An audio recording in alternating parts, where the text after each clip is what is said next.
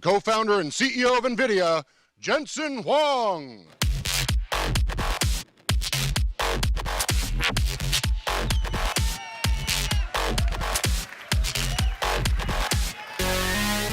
I love you too. I love you guys. Hello, Austin. It's great to be here. I can't imagine a better place to hold this event than the premier DreamHack in North America.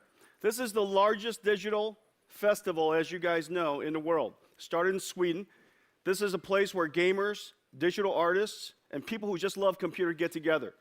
We've got an amazing show for you guys today, and so let's get started. We've dedicated almost 25 years of NVIDIA to building computing technologies for the world's most demanding computer users. You guys know who they are.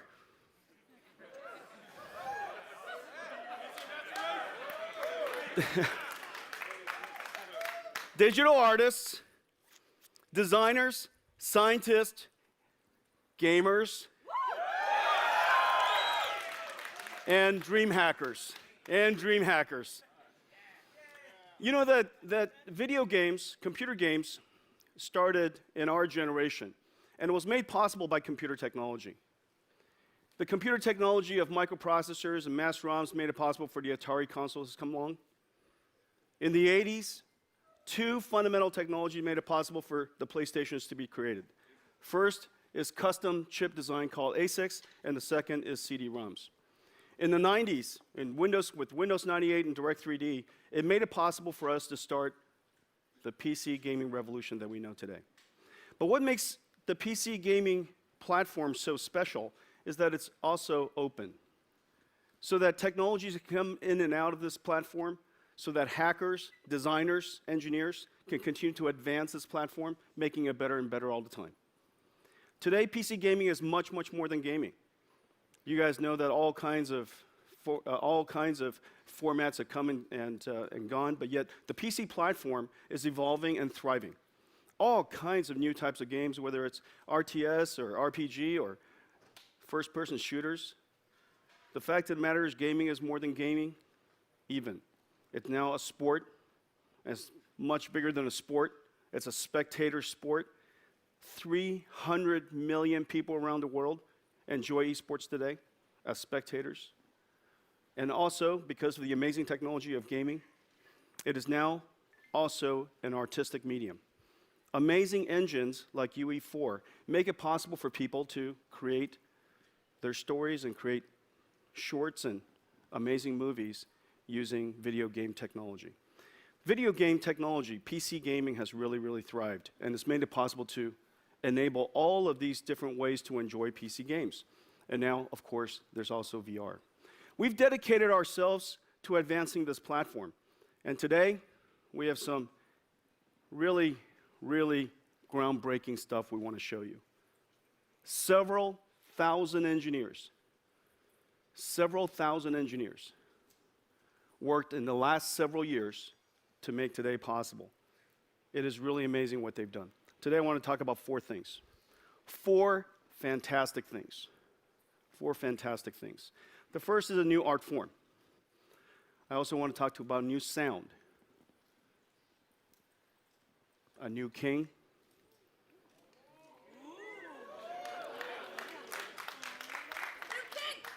A new king.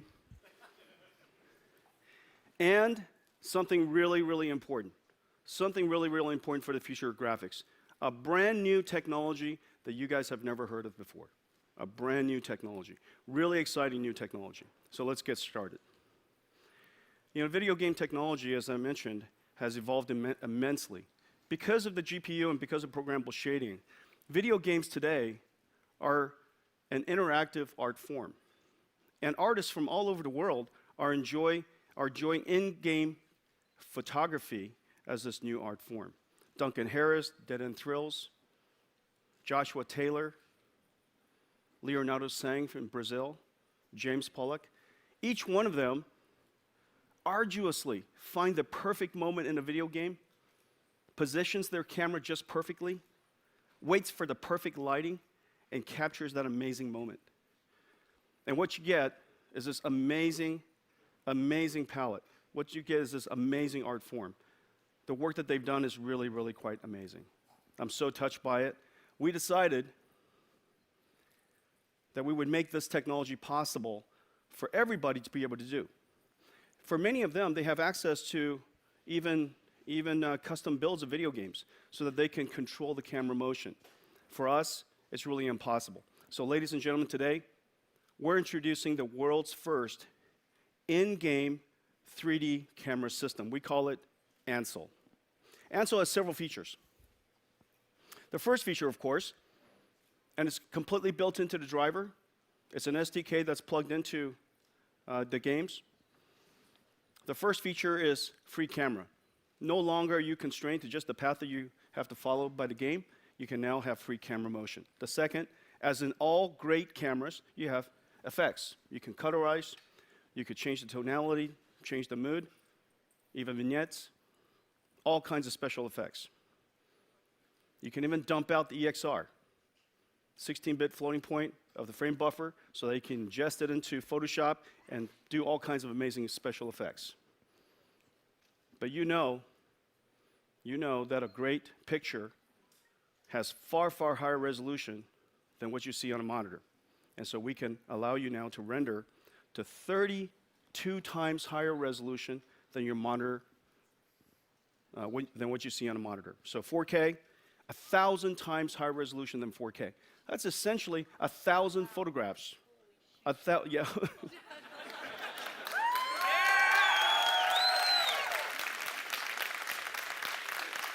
Imagine a photograph with a resolution of 1,000 iPhone 6s. Crazy levels of resolution. And of course, don't forget, we are a 3D graphics company after all. And you are in one of the most amazing virtual environments you can imagine. And these environments are now so beautiful, technologically so advanced, artistically so beautiful.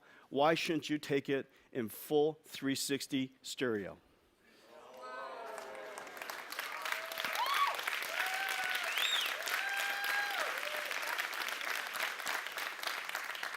Imagine just with one click, and that click is no longer just print screen.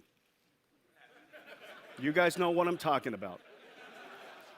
I love this moment, hit print screen. I love this moment, hit print screen. No longer are you constrained to just that. All the freedoms of a digital camera, all of the special effects, the ability to use Photoshop, and do so much more. The world's first in-game 3D camera systems. Let's take a look at that. Holdor, where are you? Yep, I'm here. Okay. So this game you've probably all seen before. This is The Witness, and it's a beautiful game. And as you're playing it, you'll often get into the situation where you just want to capture the moment. You know, what's on the screen, you want to turn that into a picture. Now in this game, water is actually an obstacle, and for this specific shot, I would like to get actually over the brook. So the way I do that is I enable Ansel, which now allows me to move the camera in any way I want to. So I'm starting here to frame my shot. I'm going to move a little further back. And then I am going to tilt the camera a little bit for dramatic effect. Not too much, though. Just a little bit. And then I'm going to take the shot. But, you know, in this case, I'm going to crop it. And usually when you crop a picture, you're going to lose pixels. And if I just crop this as screen resolution, the end result would be too low resolution. So I'm going to change the capture type to high resolution. And as Jensen mentioned, the high resolution can go really high, as you can see here, 61,000 pixels.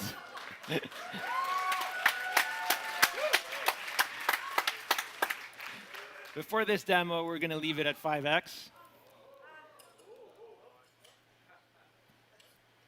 And that's generating all the pictures. And then those are going to be stitched together.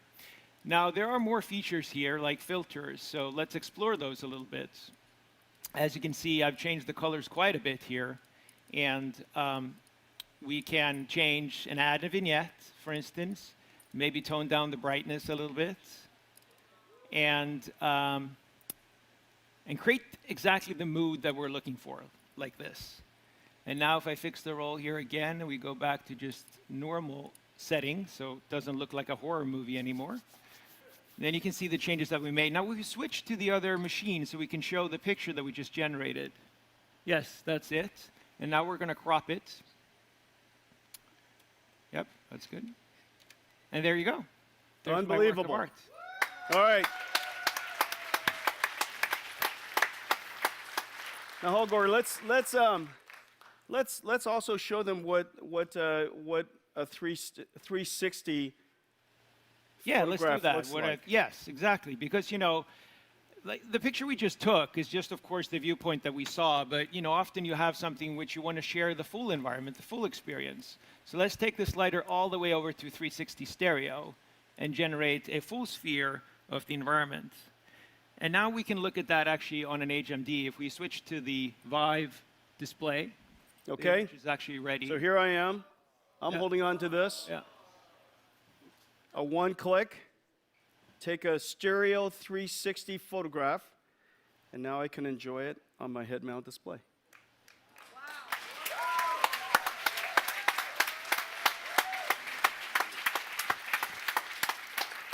Is this amazing? Isn't this fun? Isn't this fun?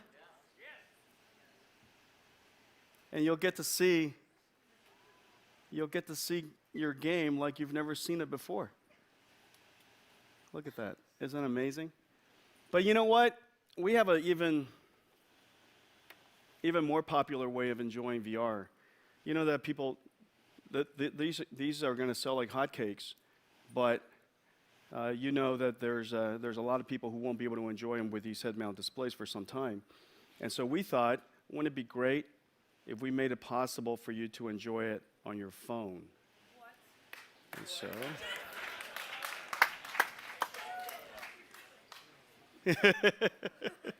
Yeah, so here we have You the guys same ready? technology integrated into The Witcher.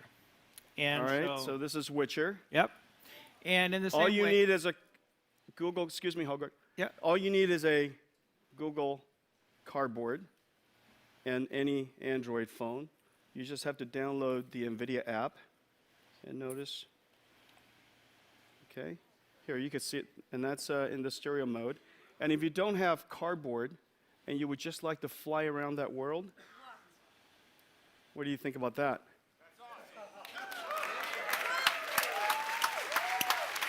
Is that amazing? Look at that. Look at that. This is just thousands of hours of fun. We'll just sit there and fly around our virtual game all day long. Share with your friends. Okay? NVIDIA Ansel.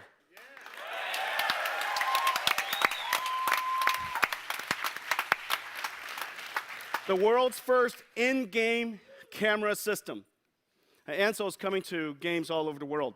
Division, The Witness, Lawbreaker, The Witcher, the next generation, the next version of DLC of Witcher, Wild Hunt, Paragon, No Man's Sky, Unreal Tournament, and so many more. The developers that we've presented this to are so excited about it because they want you to be able to enjoy the worlds that they've created in all kinds of ways. And now, for the very first time, for people who are in love with in-game photography, you can now share it with your friends all in VR.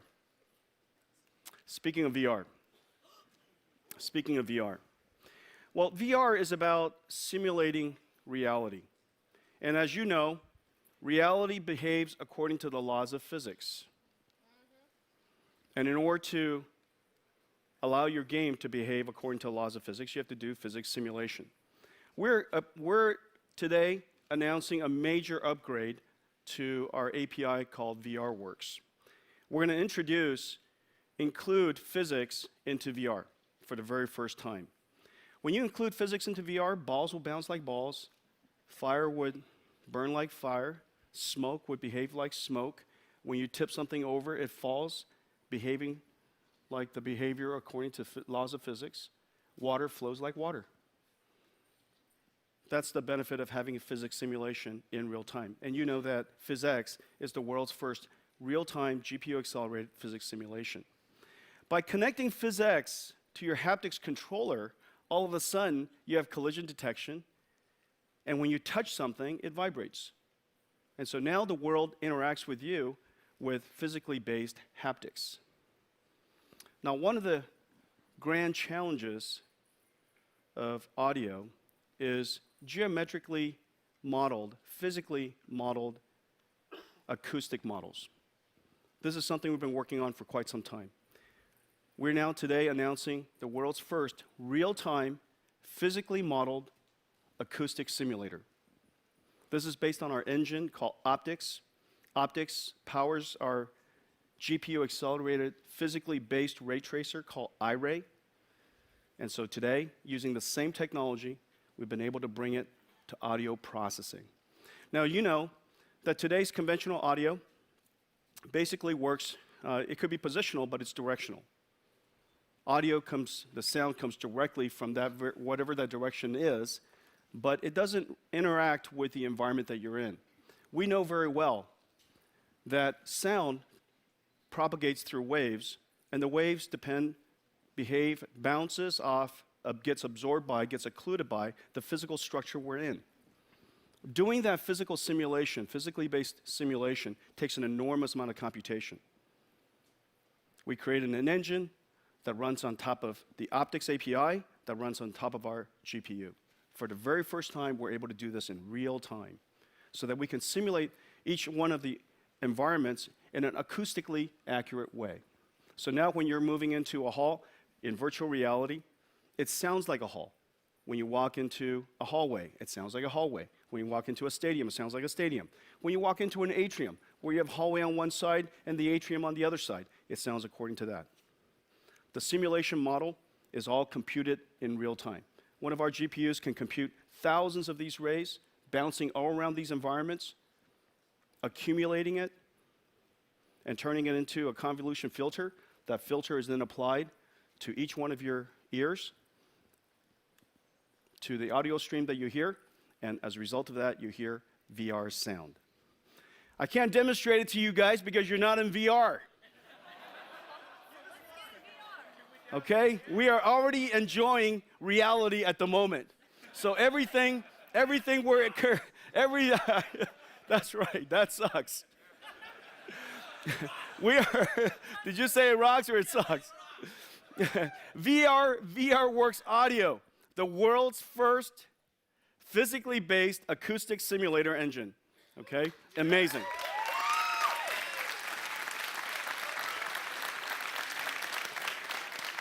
So amazing graphics, physics simulation, physically based haptics, and physically based acoustic simulation. All of that has been upgraded into VRWorks. So how do we help you guys enjoy this? Well, what we've done is this. We've created this amazing VR experience we call the NVIDIA VR Funhouse. It's incredibly fun.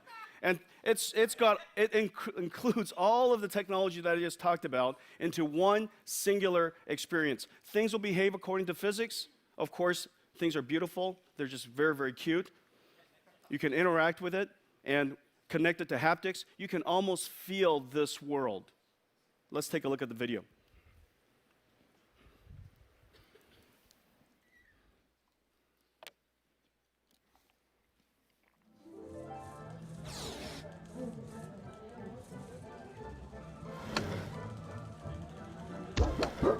You guys have to try that. You can go touch it.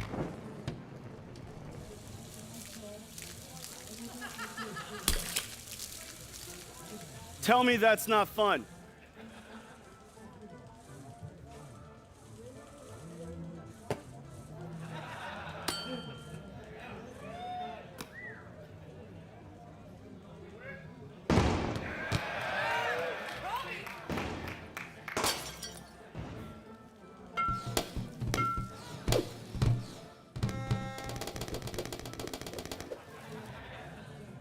Notice the balloon pops, but the amazing thing is the balloon actually moves when you touch it, and when it touches other balloons, it causes other balloons to move. When you pick up a basketball, that basketball, when it touches other basketballs, instead of moving into the basketball, merging into the other basketballs, they actually touch the other basketballs and everything all moves together. Okay? Everything in this world is physically modeled everything in this world behaves according to the laws of physics. And as a result, you're suspended in this virtual world. So the second announcement today is a major upgrade to the NVIDIA VRWorks to include a whole lot of physics simulation technology, and one of the major upgrades is VRWorks Audio, the world's first physically based acoustic engine.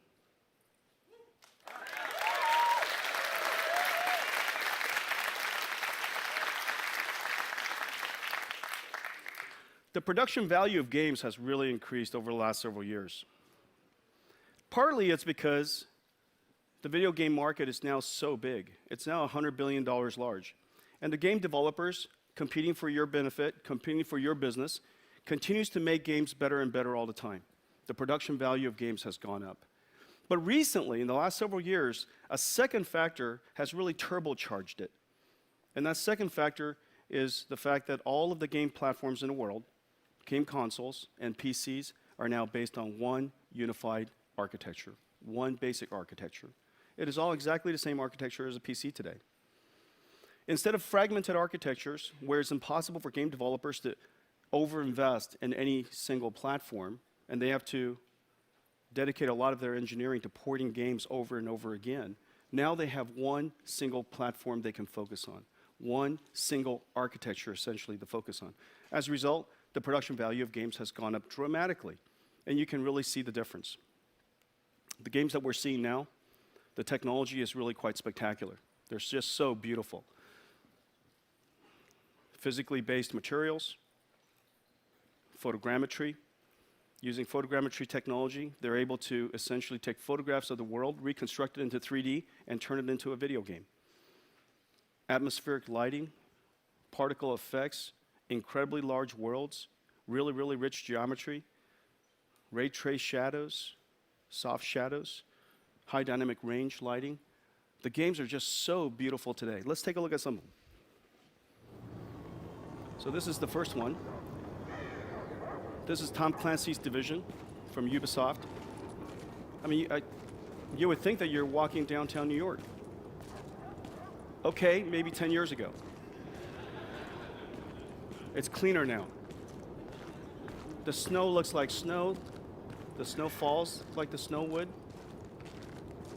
The materials are physically based, and that's why they look so realistic. The animation is fantastic. The amount of geometry is just enormous. High dynamic range. You would think you're looking at a photograph. And so imagine doing Project Ansel, NVIDIA Ansel on this, and you can capture all kinds of beautiful moments. Okay, let's take a look at another game. This is Lara Croft. Lara to all of us. We know her by her first name. This is Tomb Raider. Physically based modeling of materials. The geometry is so rich, based on photogrammetry. High dynamic range lighting. Volumetric lighting. You can see the light pierce through the atmosphere. It's just really, really beautiful. Just the amazing amounts of detail that we see in games today. Let's take a look at another one. This is Electronic Arts, Mirror's Edge. Look at the way the reflection is working off of the floor. You can really sense the roughness on that floor and the polish, I guess the ripples and the polishness of that floor. They're everywhere these days. The lighting is just beautiful. The indirect lighting is amazing. Now you're outdoors, you got high dynamic range. The reflections in this game is particularly amazing. Real-time environmental reflection off of the water. They're everywhere these days. And this is how they do it. Okay? That's terrific. Thank you. So,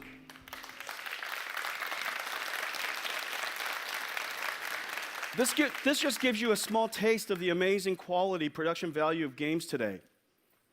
Everything you were looking at just now, video game, all of those games were fully maxed out in quality. Every single quality knob was maxed out. And every single game was running over 60 hertz all the time. And that's why it looks so beautiful. That's why it's so silky smooth. That's why it brings so much joy to all of us.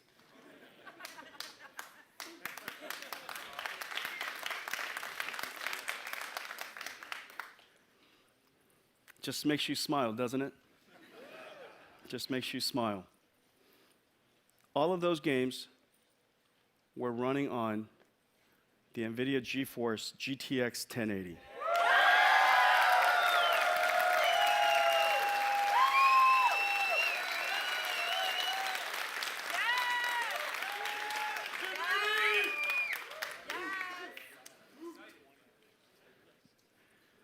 No sweat, nice and easy.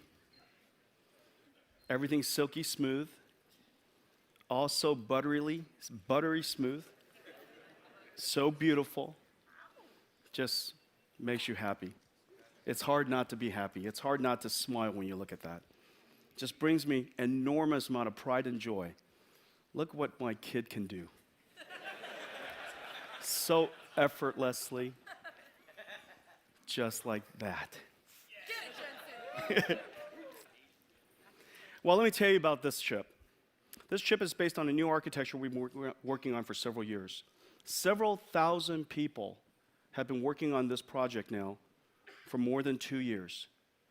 This is the largest GPU endeavor, the largest chip project endeavor, the largest processor endeavor in the history of humanity. The R&D budget was several billion dollars. Several billion dollars. I am pretty sure you can go to Mars. I'm pretty sure you can go to Mars. Several billion dollars. The Pascal packs just so much punch for several reasons. The engineers have just done an amazing job. First of all, the architecture is the most efficient architecture we've ever created. It's the most advanced architecture we've ever created. And I'm going to show you some amazing new technology that you've never seen before. It's the world's first 16-nanometer FinFET GPU in production. World's first. It is also the world's first to use Micron's new G5X memory. This memory is so fast. It is so fast. Well, what you're looking at, that smear in the middle, basically are the bits flowing in and out of our chip and to the G5X memory. Each one of those signals are only 100 picoseconds wide. 100 picoseconds. That's 100 picoseconds is how long it takes light to travel 1 inch. How long it takes light to travel 1 inch. In that little bit of time, our engineers have to make sure the data is transferred. Pretty much, when you look at this thing on an oscilloscope, it's pretty much just noise. The fact that you could actually extract information out of this is just unbelievable. G5X, the fastest GDDR memory in the world, the first built by Micron. And the fourth part is craftsmanship. Thousands of engineers have come up with thousands of ideas over the last several years. And each one of them optimizes on what we already built in the past. Some of them working on groundbreaking new technologies. Maxwell, as you know, was already the most energy efficient GPU that's ever been made. And energy efficiency in modern computing is exactly the same as performance. If you're energy efficient, you are also high performance. So energy efficiency is of enormous importance. And so we dedicate ourselves to thousands of small ideas. Thousands of small ideas. And the reason for that is because, as you know, Moore's law is running out of steam. So you can't just take a design and go to the next node and all of a sudden you have more performance. We have to do this now through enormous amount of dedication, enormous amount of craftsmanship, thousands and thousands of small ideas and hundreds of big ones and a few groundbreaking ones. Well, the craftsmanship of this project of Pascal has been like never before. And then lastly, I want to talk to you about brand new technology. But let me show you a few things first. Craftsmanship. I can't show you the thousands of ideas that we worked on, but I selected a couple. And this is how we designed the system around the Pascal GPU. This is the system around the Pascal GPU. Don't forget, when you pull energy out of your wall, it's 120 volts. It's 1,000 watts maximum. However, we take that AC power, we reduce it down to DC, and it's now 1 volt and nearly 300 amps. And that 1 volt and 300 amps is being delivered at multi-gigahertz. And so the switching power supply design is incredibly hard to do. This is probably one of the most complicated, most artful, most advanced switching power supply that humanity does today. Well, your goal is this. With the billions of transistors that are switching at a few nanoseconds apiece, our goal is to deliver essentially a DC power. That DC power can never change. Independent of whether it's Tomb Raider running, or Excel running, or Division running, a big explosion, Minesweeper. It doesn't matter what you're running, it has to deliver that clean power. And whenever we don't deliver clean power, you lose performance, you lose energy efficiency, you lose everything you fought so hard to do. So the delivery of clean power is incredibly important. The white line is the last best in the world. The white line. And basically, that envelope was Maxwell. GTX 980, the world's best GPU. The world's best GPU. It's the best GPU we've ever built. And that variance is what we were able to achieve with GTX 980. Notice GTX 1080, the variance has reduced dramatically. It's almost essentially a solid line. Out of one volt, which is all we have to work with, 100 millivolt ripple is all we see. The second, we want to deliver that efficiency, that level of power, that level of current across the entire operating range of our GPU. Don't forget, these things are running incredibly fast, and it's asked to burst into a level of performance almost instantaneously, because as soon as you turn around, maybe you were looking at a nice, quiet, gentle brook, and you turn around, and there are 10 monsters coming your way, and you got to fire back immediately. Well, the amount of graphics processing that changed all of a sudden is instantaneous and enormous. Well, we have to deliver clean power and efficiently as long as we can, all throughout that entire experience. And so notice in the case of GTX 980, our efficiency, it was excellent. However, the 1080 took it just another level. Well, what do you get from all of that? Amazing new architecture, 16 nanometer, the world's first 16 nanometer FinFET GPU, the world's first G5X, incredible engineering workmanship. Well, what you get from that is this. The 1080 is faster than a 980 SLI.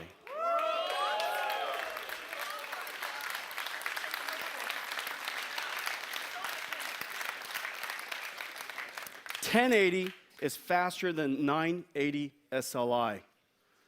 But a 1080 is way faster than the fastest in the world today. The 1080 is even faster than a Titan X. And you got to ask yourself, right? How much faster? How much faster? Unbelievable amounts. It is utterly insane. It is insane. The 1080 is insane. It's insane. It's almost irresponsible amounts of performance. When all of it came together, let's face it, we designed it to do that. We wanted it to do that. We invested billions of dollars so that it could do that. But you still know when the kid graduates and it does something amazing, it still brings you an enormous amount of joy. Just so happy. I'm just so happy. Look at that. GTX 1080. It's faster than the Titan X. Not by a little bit, but a whole lot. And with so much less power. Well, basically what this says, not only is 1080 the new king, the Pascal family is going to be pretty amazing. So the question is, what are you going to do with all this? Well, the first thing you're going to do with all this is you're going to enjoy every single game on the planet in its full, maximum, tricked out configuration. And you're going to enjoy it nice and silky smooth. And you're going to smile all the time. You're going to have a dumb grin on your face like mine all the time. Where's your dumb grin? All the time. All the time. But what else can you do? What else can you do? Well, we have a special treat. I love this man. We've been working together now in our industry for a quarter of a century. Few have made a greater contribution to the advancement of the technology and the art of video games than this man. Ladies and gentlemen, please welcome Tim Sweeney.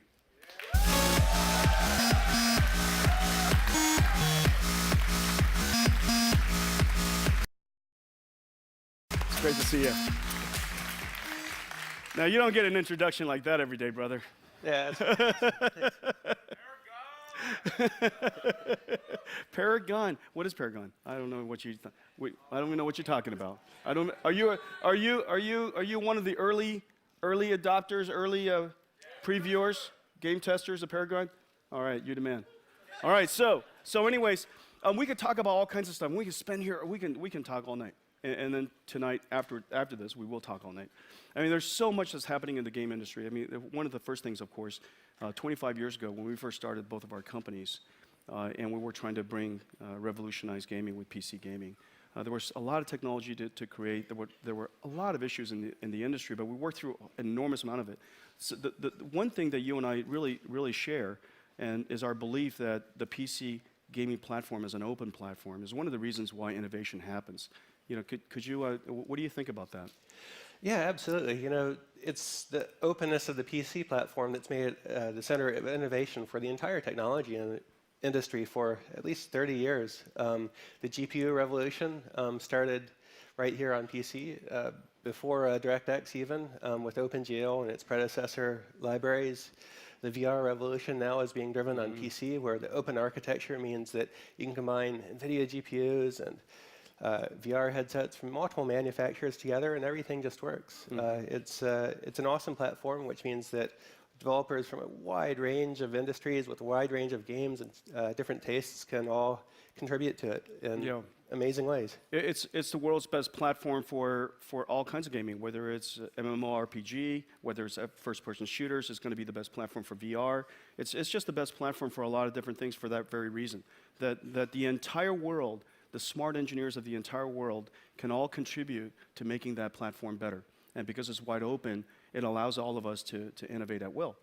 Yeah, absolutely. And at every point in history, PC has always had the absolute best graphics hardware available. That's an important point in the progress of the industry. And it improves every year, thanks to you. Thank you.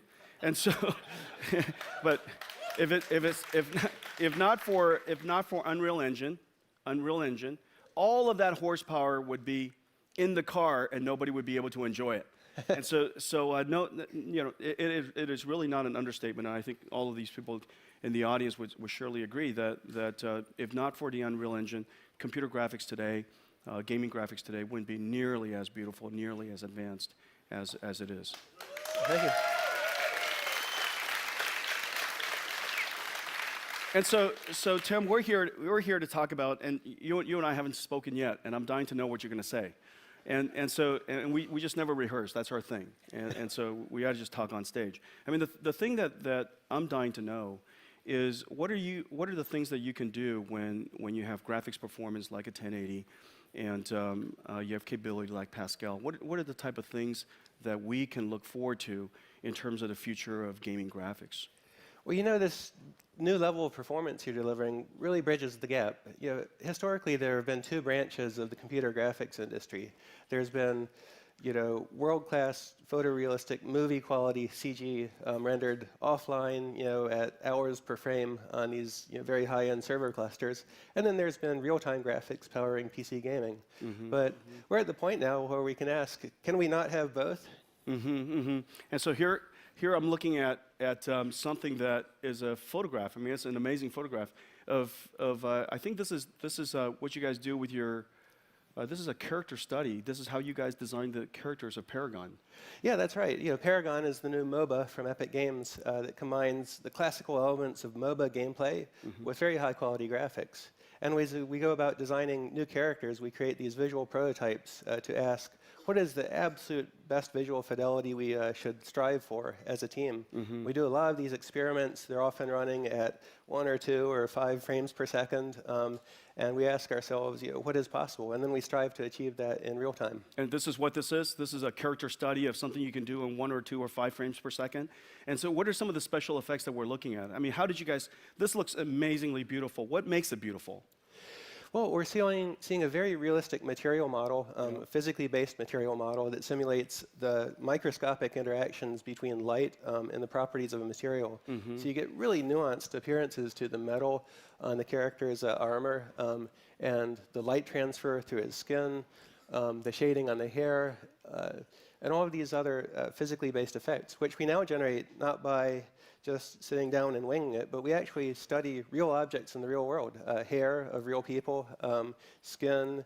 We go out with photogrammetric utensils, little light meters, and all sorts of other devices, and actually measure the real world. And then we iteratively improve what we have in the engine until we've actually matched it and achieved it. So physically based materials, we're looking at the skin shader, obviously. Our skin has permeability, so there's this notion called subsurface scattering. Light comes in, picks up on some of the tint of your blood and your flesh, and then it scatters in all kinds of directions, and it gives you that lively look instead of a chalky, cartoony look of skin. The cloth is materially, physically based, and looks like cloth. And the thing that's really, really cool is it's just the shiny material looks so real. It just looks so incredibly real. And so this is something that today, of course, we can't enjoy in real time. However, it sure would be amazing if we can enjoy this someday in real time. Yeah, perhaps someday you can create some GPU technology that will make it possible.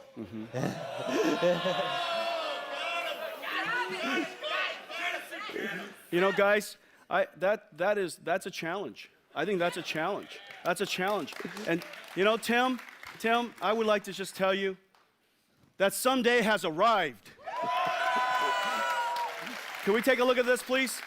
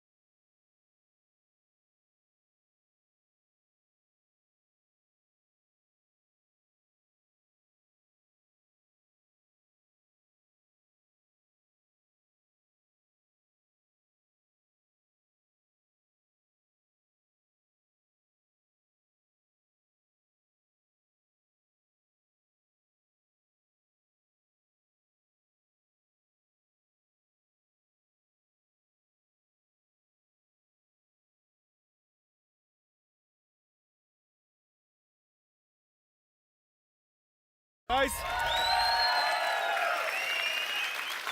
what do you think? Now, I hope you guys realize everything was running in real time. That was not a movie. That was computer graphics generated in real time, courtesy of the amazing team that Tim leads at Epic. This is the future of graphics available today. Available today. Thank you, Jeff. Thank you, team. Good job, Tim. So amazing, so amazing. Hey guys, you know, just for kicks, let's take a look at some of the clocks. Can we? You guys want to take a look at the clocks? It's up there. Can you guys see it? I know it's insane. It's ridiculous. It's ridiculous. The GPU is running air-cooled. Air-cooled. The GPU is running at 2.1 gigahertz. That is the fastest clocks of a GPU that has ever been achieved. Water-cooled or air-cooled, air-cooled or water-cooled. I think the only faster is a Maxwell GPU immersed in liquid nitrogen. And only barely. And only barely. Because of the amazing craftsmanship, because of the engineering that has been done on this product, its overclockability is just incredible. And look at that. It's running at just a nice, cool as a cucumber, 65 degrees C. 67 degrees C. You guys added 2 degrees to the room. You guys, all of you added 2 degrees to the room. Incredible. The invention of the GPU, as Tim was saying earlier, the invention of the GPU, the invention of programmable shaders, has taken computer graphics to just an amazing level. The technology is just really quite amazing today. And notice just the amazing beauty that you see. It's so realistic. Tim and I were up here talking just now, and frankly, we believe that in the next couple of years, we're going to leap across the uncanny valley. That it's possible for us now to recreate humanity, recreate human characters in a way that is not only realistic, but utterly attractive. And so this is quite an amazing time with computer graphics. But there's another revolution that's happening. There's another revolution that's happening. And it's really, really a big deal. Just as we invented programmable shaders and GPUs and it's enabled this level of computer graphics and realism, there's another revolution that's happening, and it's revolution of displays. Resolution of displays is going up. The color depth of displays is going up with high dynamic range. Displays can now be curved. Displays could be put into a dome. There's all kinds of display technology that's happening. HMDs, VR HMDs, and also all kinds of other displays, whether it's lenticular displays, whether it's light field displays, holographic displays. There's all kinds of display revolution that's happening. Augmented reality, VR, all kinds of stuff. And what is in common with all of them is the ability, the need to be able to multi-project, to project a particular scene into all kinds of displays, into all of its displays, and to project a particular object into multiple eyes at the same time, into stereoscopic at the same time. The ability to project one scene into multiple monitors is just not the way 3D graphics was designed. The way 3D graphics works today, you have a 3D world, this virtual world, the 3D world, and we see it in a perspective view projected through a viewport that ultimately represents our canvas, our monitor. And so we see a 3D world, it gets projected in a perspective way through a viewport, and we see the object. And we see the object in 3D. But in the final analysis, what you're looking at is a 2D image. It's just a moving 2D image. And that 2D image is so beautiful, and it's behaving in such a realistic way that it appears to be 3D. It's mathematically in 3D, it's projected into a 2D display. Well, this has some limitations because this particular pipeline really can only handle one viewport at a time. And so what we've done is we've created a whole new part of our system. We call it the simultaneous multi-projection pipeline. Now what we're doing from now on, our GPUs will be able to simultaneously project the 3D world through 16 independent viewports that can be controlled independently. 16 viewports with independent projections from 3D to 2D, and then composite it in a way that you desire so that we can enjoy it in all kinds of interesting display technologies. Okay? So simultaneous multi-projection. Not only is it 16 independent, it could be projected into stereo simultaneously, all in one pass. Now, there's an alternative to doing this. There's an alternative to doing this. We can actually render each one of the viewports independently. So that's one obvious way of doing it. We could render stereo one at a time and therefore lose half of the performance or require twice the number of GPUs to do so. Okay? And we do that on a regular basis today. However, with this new system, whatever is rendered in the world can now be projected into 16 independent viewports, which can be controlled independently, and we can also simultaneously project it into stereo. So the question is, what can we do with that? The question is, what can we do with that? Let's take a look at the first application. So the first application is this. So let me before I show you, this is what, notice, this is, you see the viewport that's surrounded by the green lines, the 3D world, the virtual world, okay, the mathematical three-dimensional world are the 3D objects up on top. And you're looking at it through this viewport and it's transforming it through this viewport in a perspective-correct way to the camera. To the camera. This is a virtual camera, and conceptually, that's where you're sitting. Conceptually, that's where you're sitting. And so now you're looking at the world through this viewport, and that world is a 3D world. However, if you would like to, well, hey, Tom, can we do this? Can we move it around? Let's move that viewport around.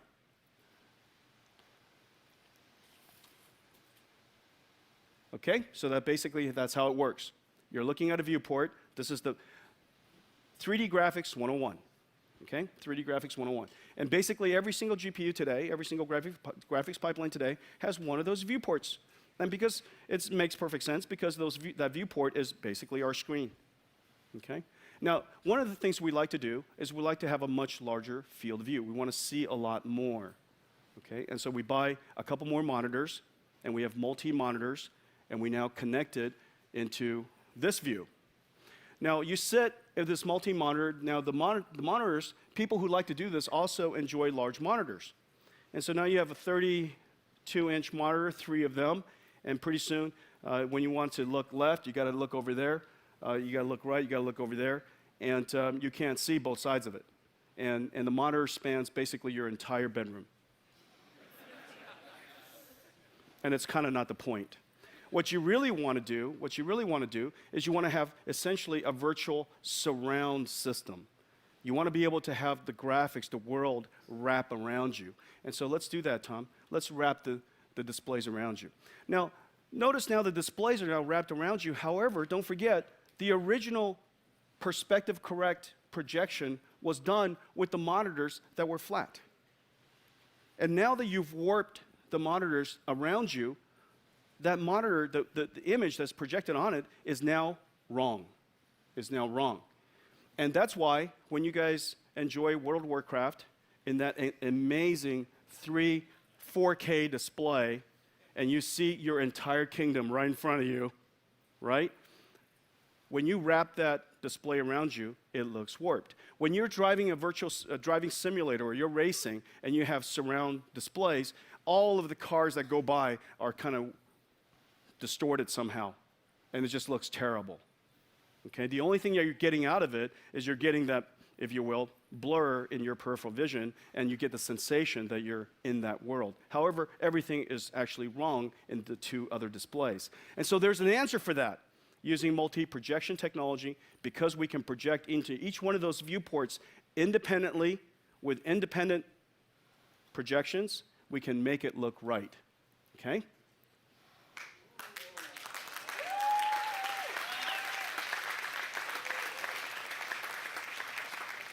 Now, there's a solution for this today. Just buy 3 graphics cards. And in fact, that's what people do. You can buy 3 graphics cards, and if you can get the game to project it into each one of those displays correctly, you will have surround view.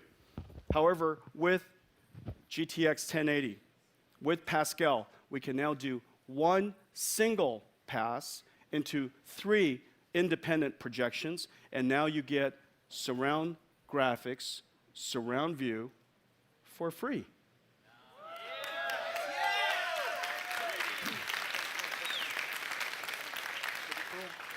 And I can't imagine a better price than free. Unbelievable, okay? So, one benefit of multi-projection. Independent viewport projections, all done simultaneously, no performance degradation. Well, let's see this in action. Okay, well, Jensen, the best way to really take a look at this is to take a look at it in an application. So what you're looking at here is a monitor that we've got in the back here, and it's exactly the traditional way you'd see the game on a single monitor. But Sean, if you can rotate to the right, slowly pan to the right. What you're seeing here, go ahead and stop right there. A little bit further to the right, sorry. This is the way games look today. And Jensen, what you can see is on the floor, there's that very clear. So can I show you guys? Just stop for a second, Sean. So Tom, stop for a second, okay? Sure. Can I just show you? You see this right here? That right there? That looks wiki wonky. That's a technical term for that's wrong. That's a technical term for that's wrong. That is clearly wiki wonky. Okay, now the way to solve that, of course, this was originally projected into 3 panels that were all planar. And so the original projection is actually correct. And if you sat in the middle of that projection and you look out to that far corner, it actually looks correct, and it actually is correct. However, when you now bent the monitors inward so you can actually see it, the projection is no longer correct. And so, Tom, could you do this? Can you correct it? Absolutely. So Sean, give me some correction. Dang, look at that. Look at that. Okay, so what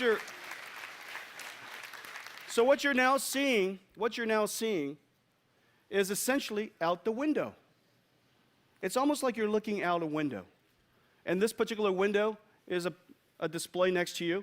And let's go to, Tom, can you swipe me to the other side? Yeah, absolutely. Sean, rotate the camera slowly to the left, and let's take a look at the gigantic virtual window into this world. It actually dramatically increases your field of view, and it's like you're in this plaza somewhere in Italy, right? It's really just fantastic. And notice the tables aren't warped, the chairs aren't warped. Well, let's go back to the way it was. Okay, turn it off, Sean. So that's oh, no. It's painful. It's painful. Oh, no. Please give me simultaneous multi-projection. Yeah. Okay. All right, thank you, Tom. Thank you, Sean. You got it. So let's go back to I'm sorry, go ahead, Sean. Justin, sorry. You want to do this? I'm ready. Okay, no, it's Ready. just...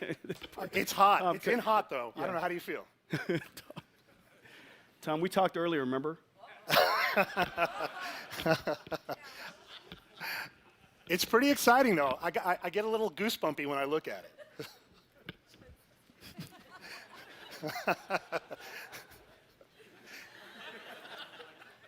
Is this on the internet?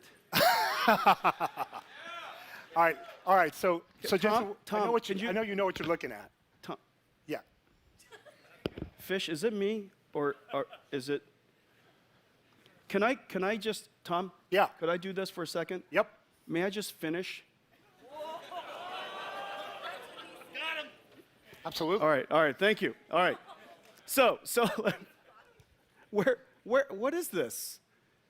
What do we have? Can we go back to the original slide, please, Tom? Please. The original slide. The way. Go back to the slide. The slide. Okay. So now we have.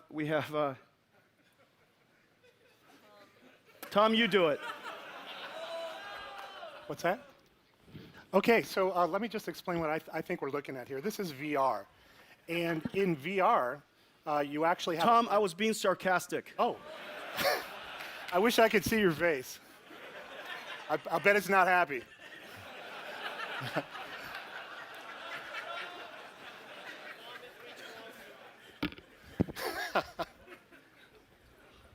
Guys, Okay, I'll be right back. Hey, Tom. Hey, Tom. Yeah. Yep.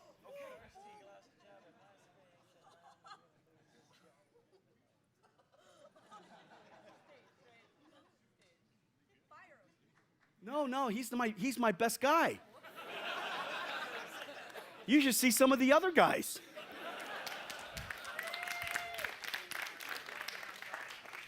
Okay, so can I? So we saw multi-projection into 3 displays, and the fact that we could display into those, project into the three displays, 3 viewports, and be able to independently control them allows us to fix the warp, the distortion that otherwise would have existed. There are other ways that we could use simultaneous multi-projection. So for example, if we're in VR, okay, if you can just go to the VR but don't do anything, please. Tom, if we can go to the VR configuration, but please don't do anything. No, not, well, how's this? Without the lens, there you go.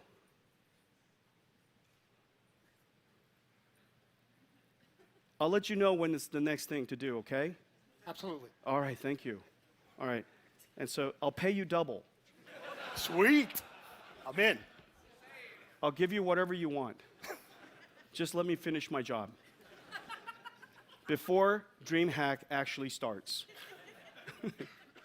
Okay, so this is using multi-projection of the same world now into 2 eyes, okay? Now, when you're seeing something in stereo, of course, you see 2 different projections.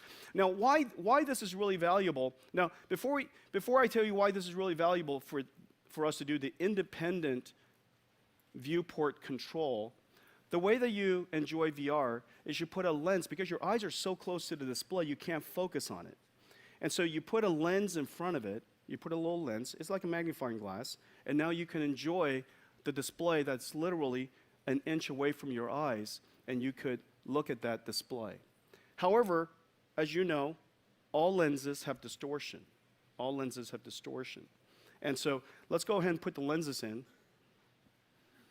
And so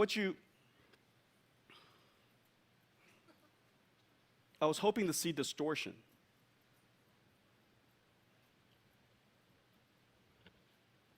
Tom and I didn't rehearse this, which I think is apparent.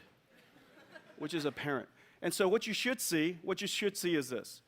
You're projected into the front of the lens. And when it comes out of the back of the lens, it's now distorted. And the way that we solve that problem is we pre-distort the image. We stretch it out all really far on the edges. We pre-distort the image. Then now when it goes into the lens, when you look at it, it actually looks right. The problem with that is that because we rendered all these stretched out pixels that we are never going to show, you never see it. We rendered it for nothing. We wasted a whole lot of performance.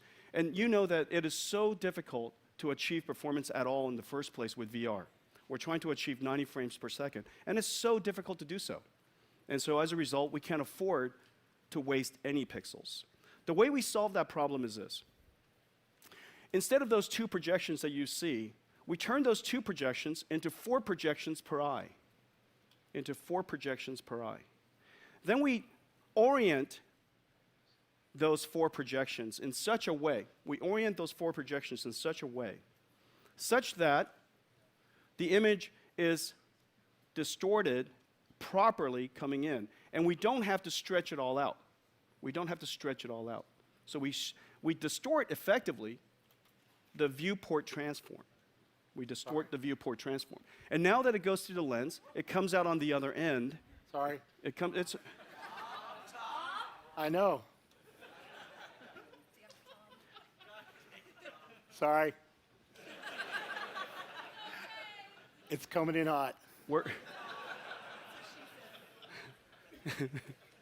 We still love you, Tom. There you go. We still love you. And so now notice what's actually happening. The 2 viewports, the 2 projections, are now broken up into 4 projections each. And each one of the 4 projections are configured to be lens matched. We call that a lens match shading. And so as a result, the 2 projections became 8 projections, but they're all single pass anyhow. And they're configured so that it distorts the image properly. And now we render and shade and process each one of the pixels in the most conservative possible way. No waste whatsoever. to waste as little processing as possible. The flip side of not wasting, is you get a huge boost in performance. You get a huge boost in performance. And so it just depends on what experience we're talking about. It could be 40, 50, 60% boost in performance. And so here you are, you have GeForce GTX 1080. That's already way faster than a Titan X. And then now you get multi-projection through your stereo. You get a huge boost on top of that. You get a huge boost on top of that. Well, as I mentioned earlier, not only do we get multi-projection on 16 different viewports, all configured independently, all in one pass, all done in the pipeline, we can also project to both eyes in stereo in one pass. We can also project in one pass. And so let's take a look at the implication of that. And so now you're looking at a particular experience. This is VR experience. And this is a very, very, very lovable monster. It has an enormous amount of geometric complexity. The more geometry you have, of course, the richer the character looks. The more geometry you have, the more lighting you have to do, the more shadowing you have to do. And so the amount of processing is actually quite significant. You know, remember, you're running this on a 1080. This is now the fastest GPU in the world. You're running on a 1080. And now, it's, as you can see, there's a little bit of stuttering. Let's take a look at the frame rate counter, please. This is on a 1080 running about 60, 70 frames per second. Now, 60, 70 frames per second is really, really fantastic, but not in VR. When you're in VR and you want to see everything in 90 frames per second, 90 frames per second, so it's silky smooth, so the latency is as short as possible. Any stuttering really gives you a little bit, you know, kicks you out of that sensation of virtual presence. And so you really can't afford to have any stuttering. Now let's turn on single pass stereo.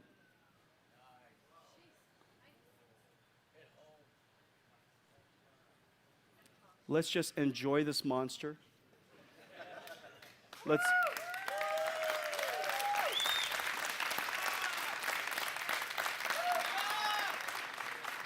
Let's just enjoy the presence of this monster. She's so beautiful. Could be a he, could be a she. No, I would not call this Tom. Hey, Tom, I'm not doing this. This is the audience. It's the audience. 96 frames per second, single pass stereo, unbelievable. All of this because of multi-projection. Ladies and gentlemen, simultaneous multi-projection.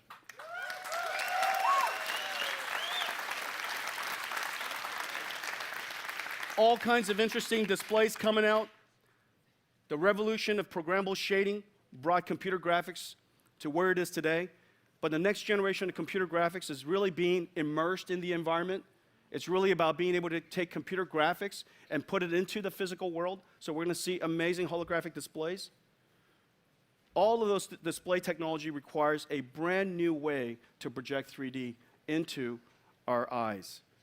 Multi-projection, simultaneous multi-projection. Pascal, brand new technology, a brand new type of graphics pipeline for computer graphics. I'm super excited about it.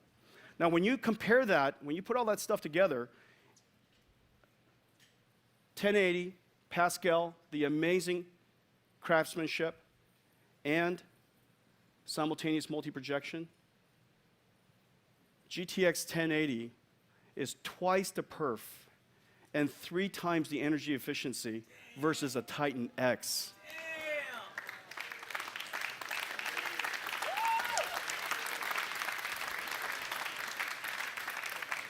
Twice the performance of a Titan X, 3 times the energy efficiency, and crazy amounts of overclockability. Just crazy. That is the GTX 1080. We're so proud of it. I'm so proud of all the engineers that have made it possible. We made a small video for you. Let's run it.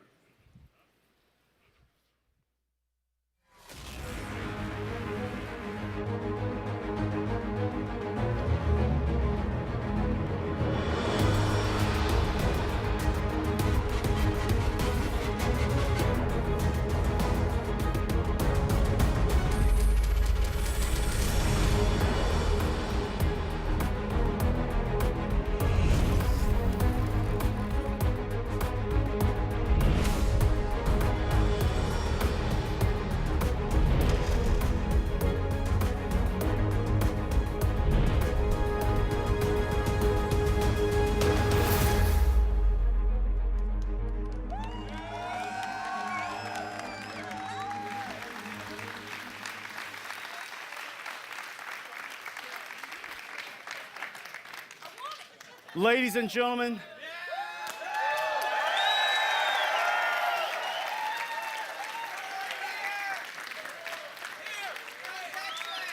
the new king, GTX 1080.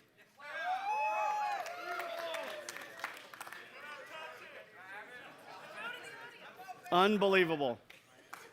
Twice the performance of Titan X, 3 times the energy efficiency. Need the clicker.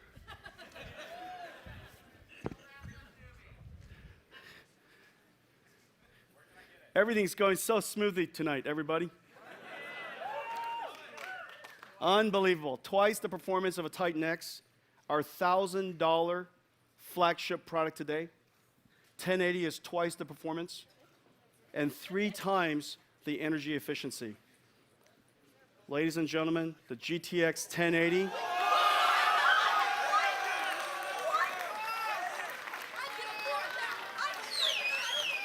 Nine teraflops, 8 gigabytes of G5X, the world's first G5X memory from Micron, $599 MSRP. The NVIDIA designed Founders Edition, $699, gives you crazy overclockability, amazingly beautiful design. I hope you love it. Twice the performance of Titan X and 3 times the energy efficiency. General availability around the world, May 27th.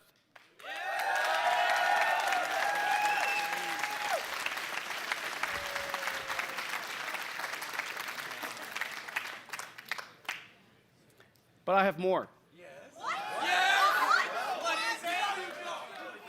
GTX 1070.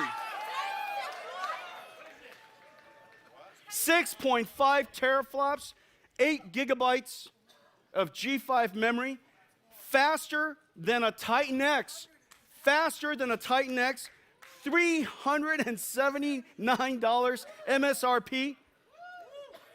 And for the NVIDIA designed Founders Edition, $449, available all over the world, June 10th.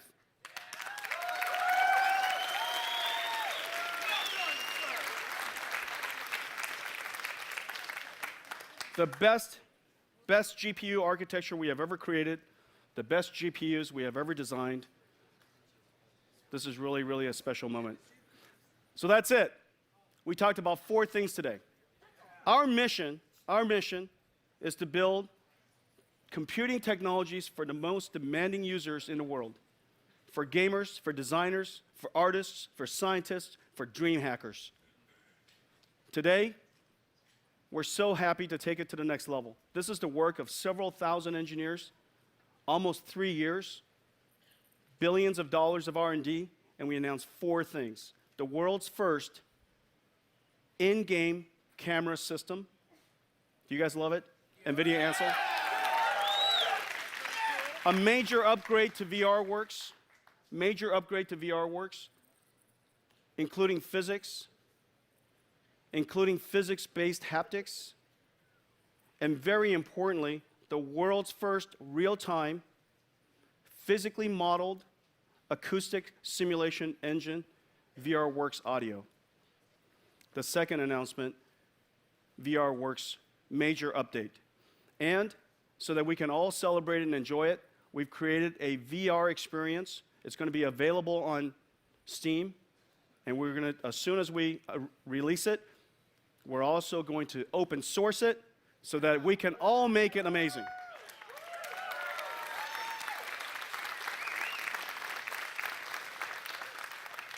Third, a brand new generation of GPUs. A new generation of architecture, Pascal, the best that we have ever made, the best GPUs we've ever designed. Today we're announcing the 1080 and the GTX 1070. And lastly, a brand new revolutionary graphics technology called simultaneous multi-projection. Allows us to take graphics into all kinds of cool new display technologies so that we can enjoy it, whether it's in surround with the correct perspective projection or with incredible performance in VR. And there are so many more new projector technologies and display technologies coming. Pascal is going to be ready for all of that. So that's it, everybody. Have a nice night. Welcome to DreamHack.